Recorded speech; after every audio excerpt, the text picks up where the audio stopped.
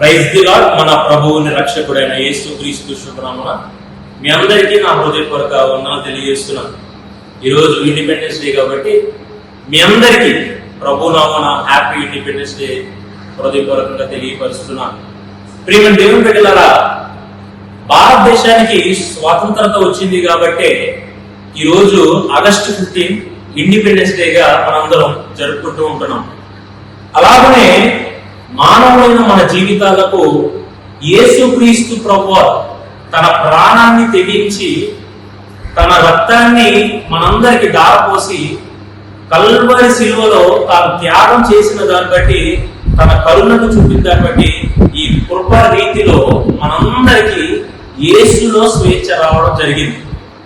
స్వతంత్ర యోధులు ఎంతో మంది కష్టపడి వారు పోరాడి ఈ ఇండిపెండెన్స్ డే తీసుకురావడానికి కష్టపడ్డారు.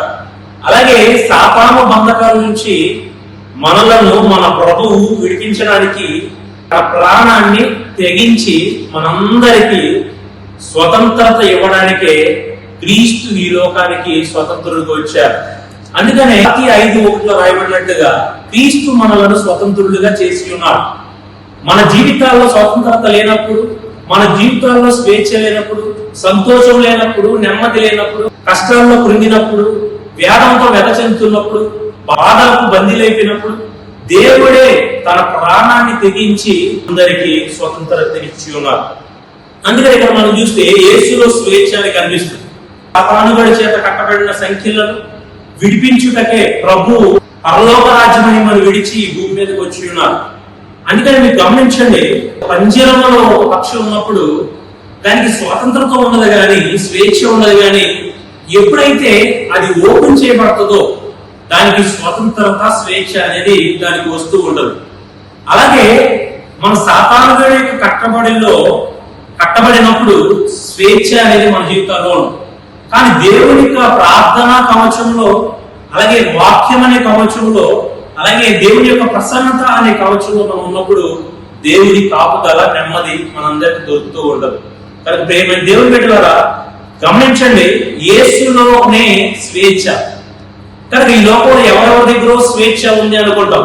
సినిమాకి వెళ్తే, లేకపోతే ఒక ఎగ్జిబిషన్కి వెళ్తే, లేకపోతే ఫ్రెండ్స్ తో కొంచెం తిరిగితే ఎక్కడో సంతోషం వస్తుంది అనుకుంటాం. కానీ ఇహలోక సంతోషం కన్నా దేవునితో ఉండుట సంతోషం గొప్ప భాగ్యం అని నేను తెలియపరుస్తున్నాను. అందుకని గలతీ 5:1 రాయబడినట్లుగా క్రీస్తు మనలను స్వతంత్రులుగా చేసి ఉన్నాడు.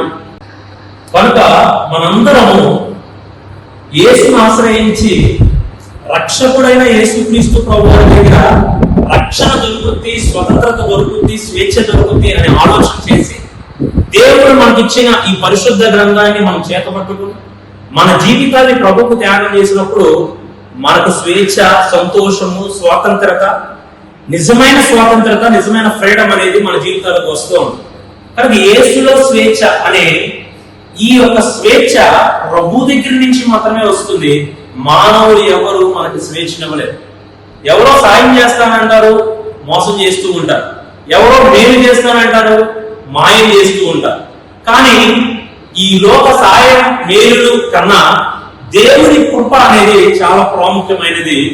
అందుకనే మన యేసు ప్రభు వారికి ఒక పేరు ఉంది, కృపగల దేవుడు, లేకపోతే కరుణామయుడు, అలాగా కీర్తనీయుడు. అలాగే ప్రత్యేకలు గాయించిన వాడు కాబట్టి ఆయన గొప్పవాడు. అందుకనే ఈ లోక స్నేహం దేవునికి వైరం అని తెలియవచ్చినట్లుగా మన ఈ లోక స్నేహం సంతోషం కన్నా పరలోక సంతోషాన్ని పొందుకోవటకై దేవుడి దగ్గరికి రండి, దేవుడి దీవెనలు పొందండి, యేసులో స్వేచ్ఛను అనుభవించండి.